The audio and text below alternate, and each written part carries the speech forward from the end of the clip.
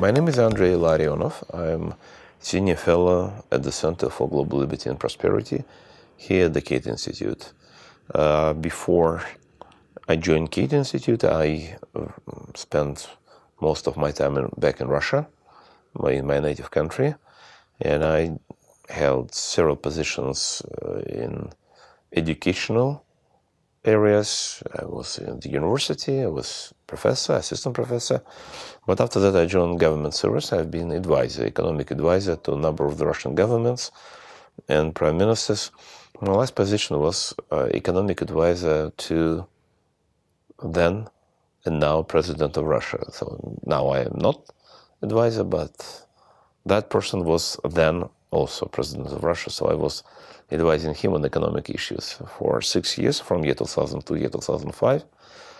And on this position, seems to me, I achieved something in terms of economic reforms of liberal kind, introduction of flat tax, a reduction of size of government, repayment of the Russian foreign debt, establishing stabilization fund, joining international organizations, including G8, full-fledged memberships, and just a number of other stuff that I was involved. But 11 years ago, I resigned from this position because of disagreements with my former boss, and came back to the institute that I have founded in 1994, almost 23 years ago. And this is an independent think tank, Institute of Economic Analysis. And surprise, surprise, it's still alive, which is quite a time period for any institute, and especially in the political environment that we have in Russia. So that's my short story. G8, full-fledged, number of other stuff that I was involved. But that's a long story, but basically we have slight disagreements on policies, not so much even economic policies, but other policies. We had from the very beginning disagreement on policy towards Chechnya, because my former boss was waging war against Chechnya, and I said to him at our first meeting that it is a crime. It is crime against Chechens, against Russians, against future of our people. So it seems to me he did not like very much what I was saying. Nevertheless, he invited me to be his advisor. I twice declined his offer. When he invited me for the third time, I thought that probably it was the last time. It looks like he's very interested in economic reforms, because we discussed it. And I joined the government service. And as mentioned already, we have done substantial amount of economic reforms in the beginning of year 2000s. But for their own, he was involved in many political actions that I could not agree with. For example, the mass murder during the North-Ost theater siege, which I could not support. After that was Beslan hostage crisis, where on his order Russian troops opened fire, not only from the guns but also from tanks and from flamethrowers. Again, the school in which more than 1,000 people, kids, their parents, teachers were held. So as we all know, 330 people died during this attack. After that, I told him that I cannot be anymore his Sherpa. I was Sherpa, personal assistant in G8. Actually, the person who was bringing Russia into the full-fledged membership of G8. It was first step, and later, and I resigned from this position. Even he did not want this. And later, it turned out that I happened to be in one of the government meetings where my former boss, then Prime Minister, then head of the presidential administration, Minister of Finance, Minister of Economy, other people were discussing how to steal $10 billion from the Russian budget. It was a very interesting discussion. I had slight disagreement with the team said that is a crime, stealing money from the Russian assets, state assets. It turned out that there was only one person who was against this, because all others agreed with that. So, and I thought that there is no reason for me to stay there. And next day I resigned, and I publicly explained that the reason why I'm resigning is just changes in political regime. It's a fact of violence against own people and the desire to steal money from the government budget. So that is why on December 27, year 2005, I resigned, and that I made this announcement for general public. So they fortunately recorded and spread around. Not like today. Today would be probably hard, maybe impossible to do it, but then it was possible, so it has been shown everywhere. So, and since then I was absolutely free person. I was continuing at the Institute of Economic Analysis for 10 months. Then I has received an invitation from the Cato Institute inviting me to come here to work on a number of projects here, and I accepted this invitation, and I'm here now. On people, to desire budget. So that is why there are a number of things I said. Just first of all, political regime in the country has changed. When I joined the government, it was semi-free, politically semi-free country, and there were some hopes that it would improve in a positive direction. Over this course of the 6 years, it became clear that there is changes, but in the opposite direction. In year 2004, according to Freedom House, Russian political regime ceased to be semi-free and became non-free, became authoritarian. Certainly, I've seen it with my own eyes. So many things that happened with destruction of opposition, freedom of mass media, independent lawyers, civil rights defenders, and so on and so on. So that is why, just for me, it was no news, and that is why I said this is a deterioration in political freedoms. Second, I said that just the government, that when I joined the government was, if not fully, but at least reminiscent of a normal civilized government, as we can see in many other countries in the world, in Europe and North America and so on. But by that time, instead of normal or civilized government, it has been transformed into, I called it corporatist state, which is a little bit reminiscent of the corporatist states of 1930s and 40s in Germany, in Italy, in Portugal, in Spain.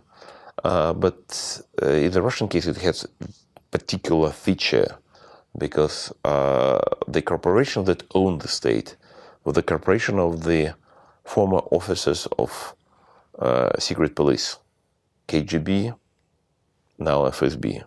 So they became really masters of the country, of political regime. And I said that, okay, I was ready to work for the Russian government, some kind of independent, civilized, but I'm not ready to work for the corporation of KGB and KVD officers.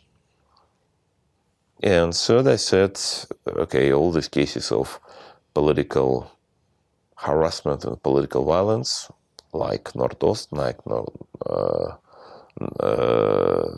Beslan, and I said that, okay, that's not even corruption if the leadership is discussing how to steal $10 billion US. Actually, I was mistaken, because when they have realized this project, it was not 10 but $12 billion US. But I was happy to explain to journalists and to mass media and to general public the mechanism, how it is done. Yeah. By the way, before I reveal it, one of the people who participated in this meeting and discussion came to my office and offered a share in the profits from this particular operation. So it's just very interesting, unforgettable experience. So harassment, political violence, like Beslan. And I said that, okay, no, Gazprom itself was never independent, fully independent company. So just Russian government sold about 40% of shares to private owners, but majority of shares have been held by the government. So that is why Gazprom was always occupying a very special position, not like a real private company. But there are many other private companies in the oil sector, you're right, yes. Actually, one by one, all of them have been eaten by a government company, which now is called Rosneft, and is run by Mr. Sechin, very close friend of my former boss. So, and now oil sector maybe by 70% or about that, essentially nationalized. But I would not even use maybe the word nationalized, because it creates a little bit different perception, because nationalization, it is something that has been done by more or less objective and honest state. Not fully, but more or less. But in the current Russian situation, it is not the case, because it is being owned by some particular crooks who are associated with the state, not by state itself. By a company which now is called NEFT, and is run by Mr. Sechin, very close friend. It's just one of the features of this authoritarian regime, who guards the most important element of its power itself. It's kind of just it does not allow anyone to run freely in free election, because this corporation of former secret police officers does understand very well that election is unpredictable. If they are free, they are unpredictable. If they are predictable, they are not free. So that is why they did everything that election would not be unpredictable, that it should be predictable, and they ceased to be election, as we know it, term. So that is why they did not allow neither Garry Kasparov, nor Vladimir Bukovsky, nor anybody else independent candidate to run for this position. So it's a kind of a theater or a circus, whatever you like, but it's not a real election, in free election, because this corporation of former secret officers does understand very well that election is no. That's kind of the fact that each of them is a very, very special individual. Anna Politkovskaya was a great journalist, one of the best journalists, if not the best Russian journalist of the 90s, early year 2000s. She was writing very courageous texts about situation in Chechnya, and as a result of that, she became really enemy of these leaders of Chechen Republic, who essentially are crooks. Also, Mr. Putin was not extremely happy with her. Another person, Alexander Litvinenko, the former KGB officer, by the way, who at some point realized that what he's doing is a just crime. And for him, was quite a shock to understand it, to recognize it, and to change his own life. I would say not very many people are able to do it, but he was able. And because he was started to make public statements, he was talking about this, so he became very open and very serious enemy of that regime. So that is why a regime fought back. Same story with Boris himself. He was very public, he was very open, he was rather popular among people. He usually gets very substantial support among people. So that is why by all these facts, he created a very serious problem for the regime. His own life. I would say not very many people are able to do it. Just right now, there is a court. No, certainly he was killed.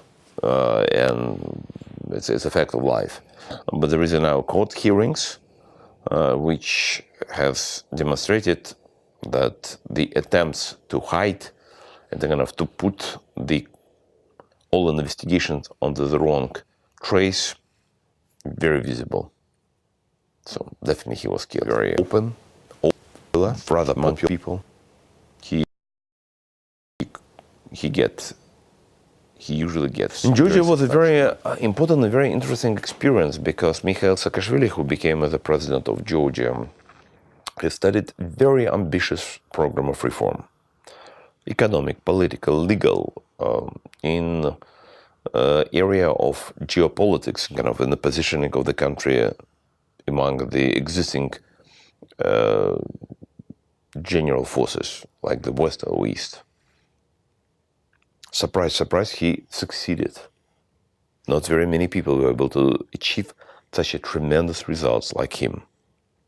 He has collected one of the best, if not the best, team of reformers.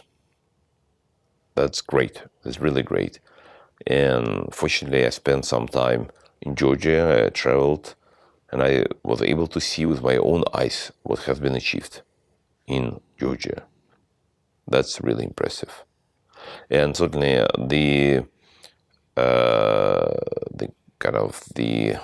prize for these achievements should be shared definitely between Mikhail Saakashvili, president of the country, and the main economic reformer of Georgia, Cato Institute, my personal friend, from the time of my work in Russia, and after that when I was in Georgia. So this is two main people who achieved these breaks like him. He one of the best, if not team of reformers. That's great. That's really great. And all right, okay. It's not a very big surprise that Mr. Saakashvili did not become the favorite person for Kremlin. So that is why Kremlin studied different actions and operations against him. And it's impossible even to mention all operations that have been designed, organized, and implemented against him.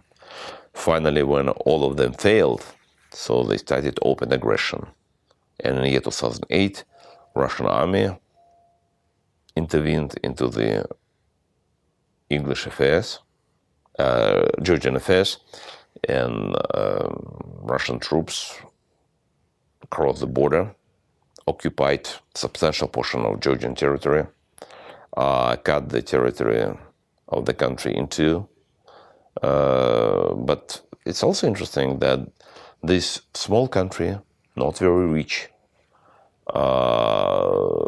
in a very difficult geopolitical situation, with not much resources, by 70 or 80% covered by mountains, something really just you would look for.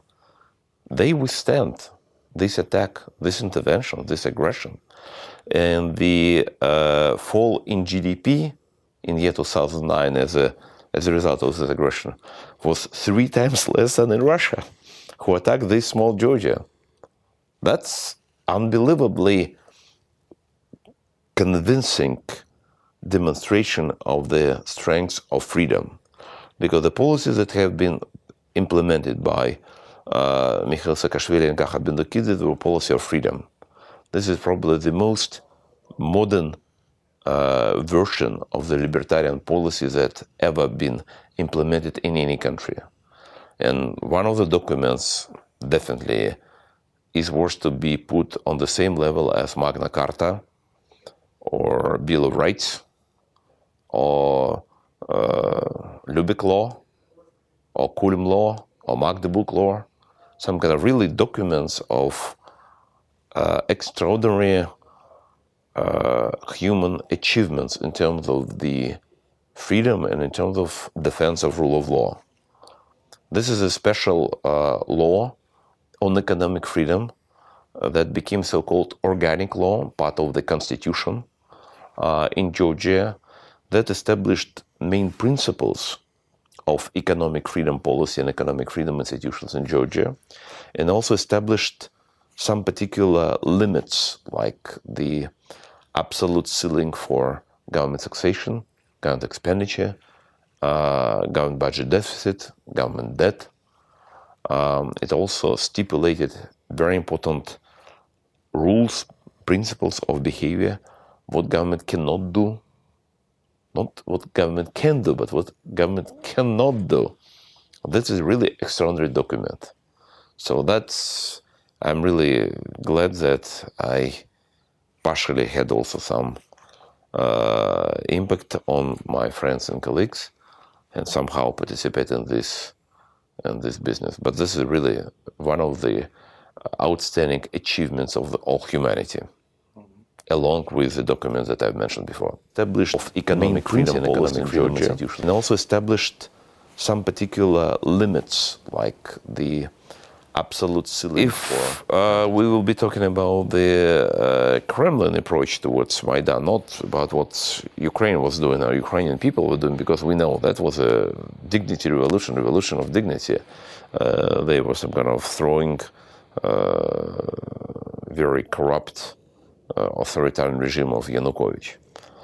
But it is important to know that the operation against Ukraine was under preparation by Putin at least for 10 years prior, or 11 years prior to the actual attack, because the preparation started in year 2003, that we really can identify as preparation for future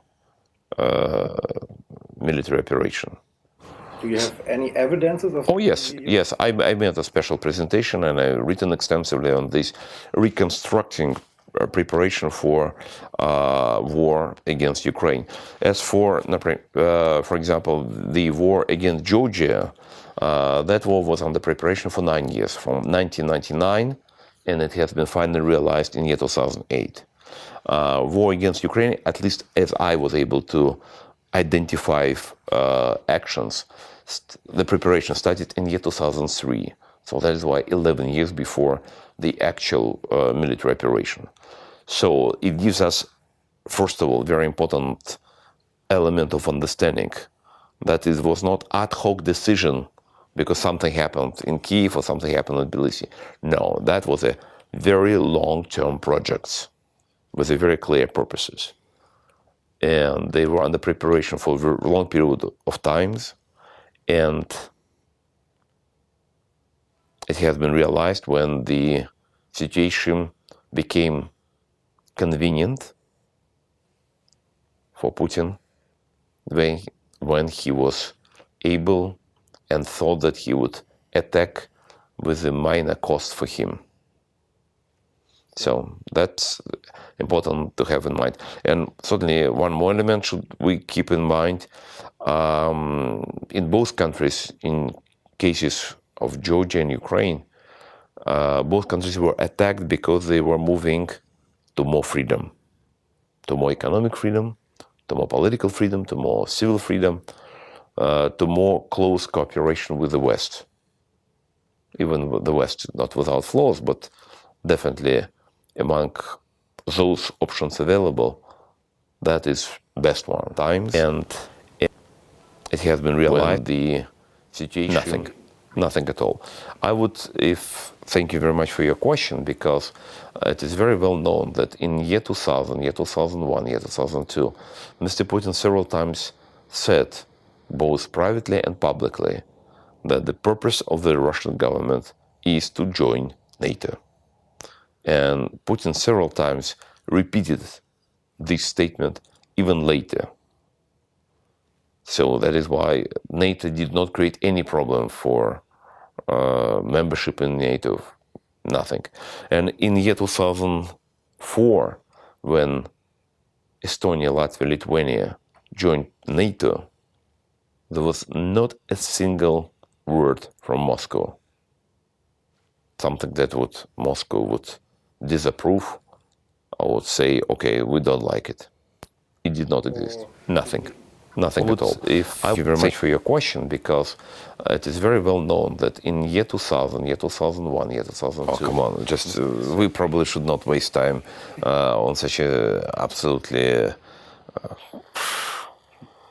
it's not even myth, some kind of the kind of wild,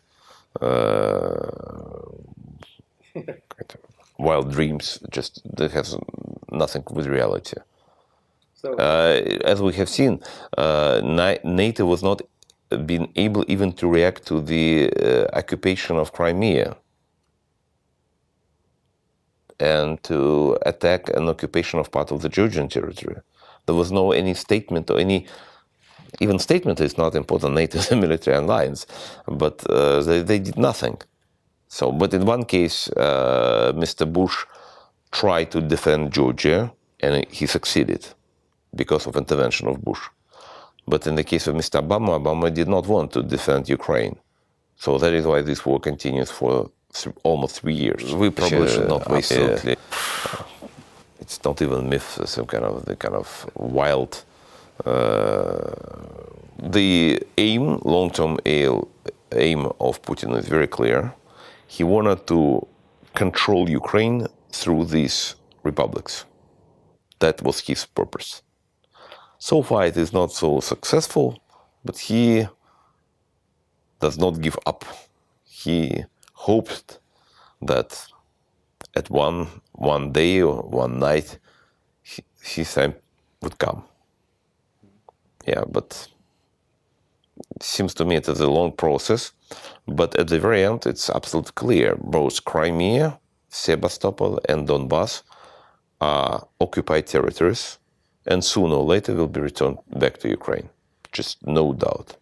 After the Second World War, there is a very important principle of international law, inalienability of international borders.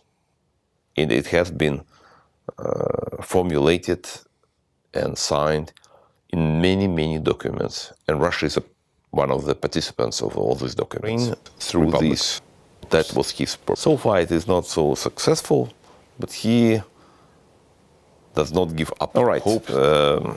Okay, at some point we also thought that Germany will be divided, but at some point it became united. So it took some time. And what is really important that unification of Germany happened to be without any short, absolutely peacefully and lawfully, legally and lawfully, according to rules designed for such particular situation or for general situation. So that is why this is once again, this is an issue not of force or strength, it's an issue of law. Legally, Crimea and Donbass, Eastern Donbass, do belong to Ukraine. So that is why we're absolutely sure that Crimea and Donbass will be Ukrainian one day. We just don't know when it will happen, how it will happen. But it will happen, no doubt. All right. One day point. Okay. At some point, Germany will be divided, but at some point it became united. So it took I think number one target today is definitely Belarus. I think Ukraine. Certainly, it's possible to try something else there, but it became clear Ukrainians really improved very substantially quality of own troops, ability to fight.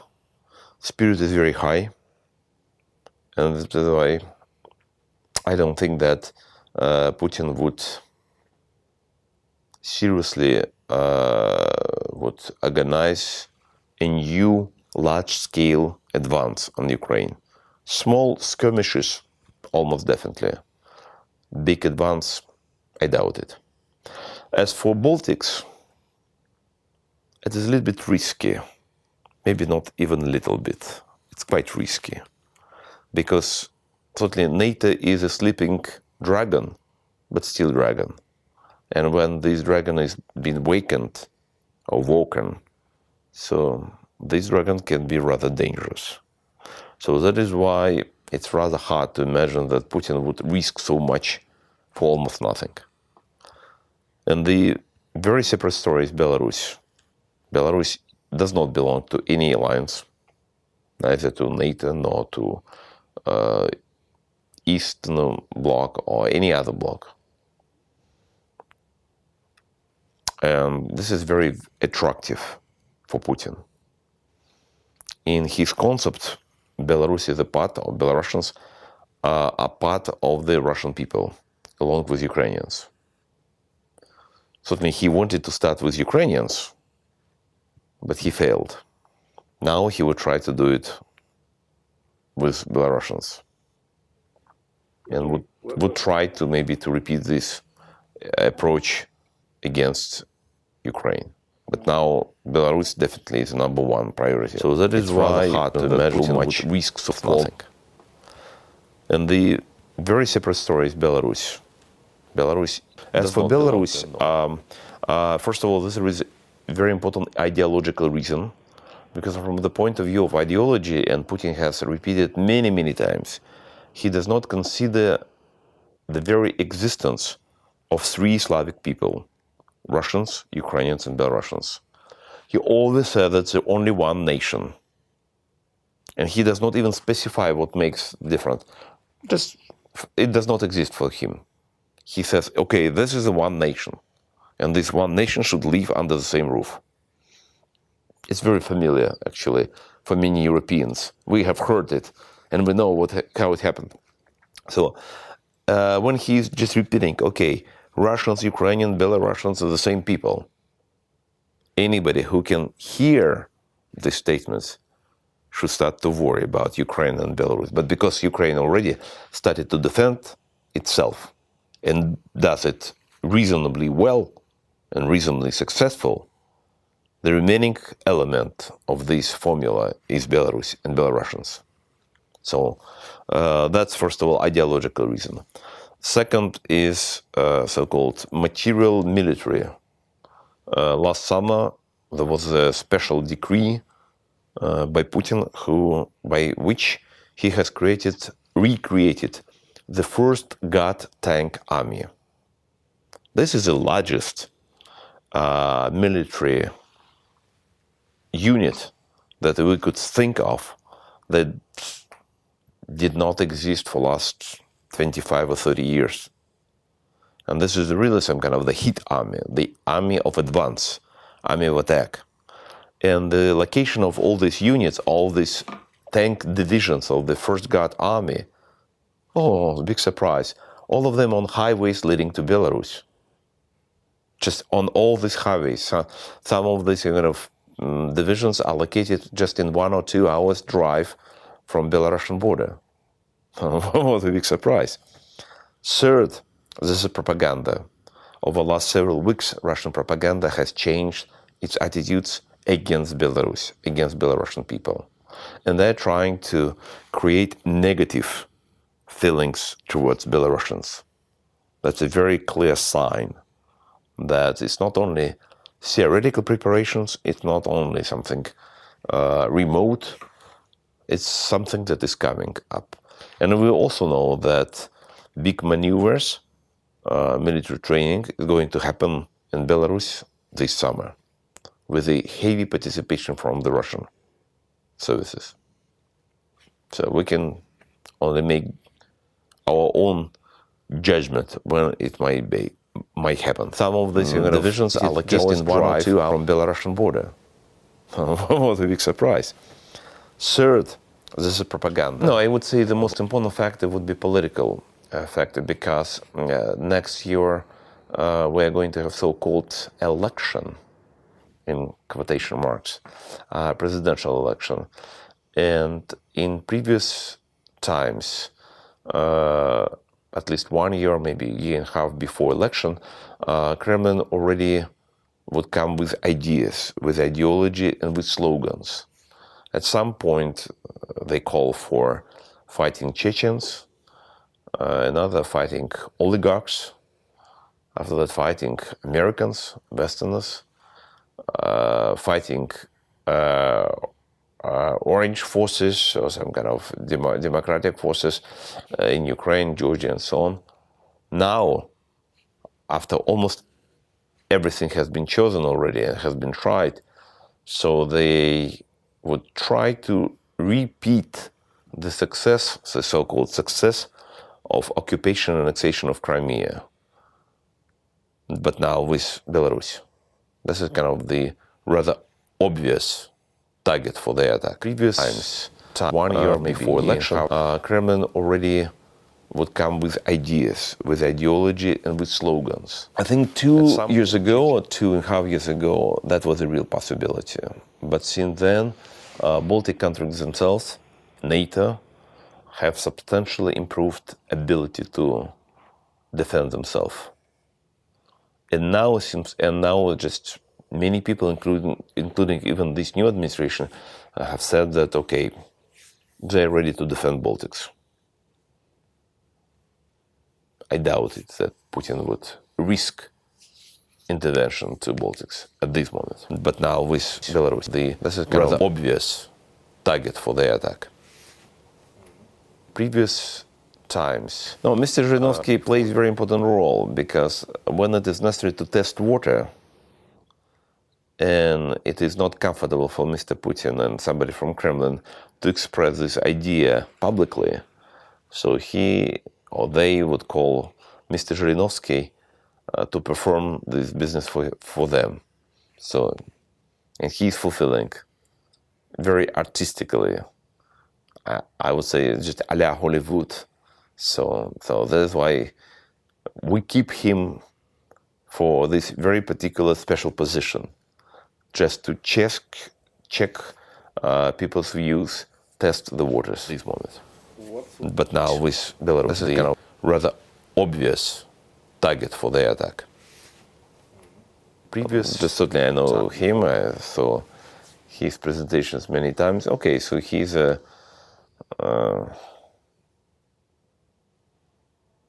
I would say not very healthy person.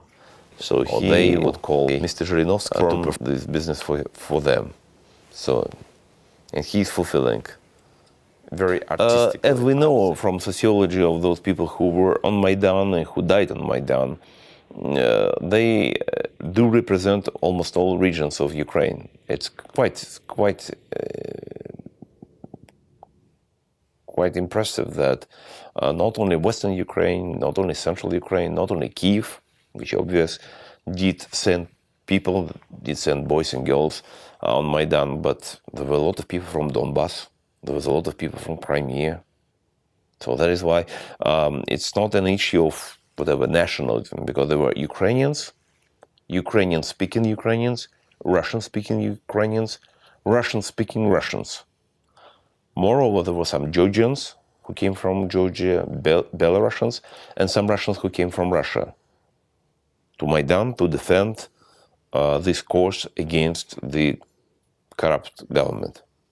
So the main problem certainly was with the leader of this regime, who was autocratic, who was very corrupt, and who was absolutely non-interested and unable to listen to other people. So that is why it was very natural revolt of people against such a person. From the Russian, from the Kremlin point of view, by the very fact that those people started uprising, that was already their main crime, by the fact of crime, by the fact of this resistance, by the fact that they removed Putin's puppet, Mr. Yanukovych, from power. That's enough. That is why, according to Mr. Putin, those people should be punished. And that is why he sent troops, he sent his assassins, he sent his special troops to put this Maidan down. But he failed.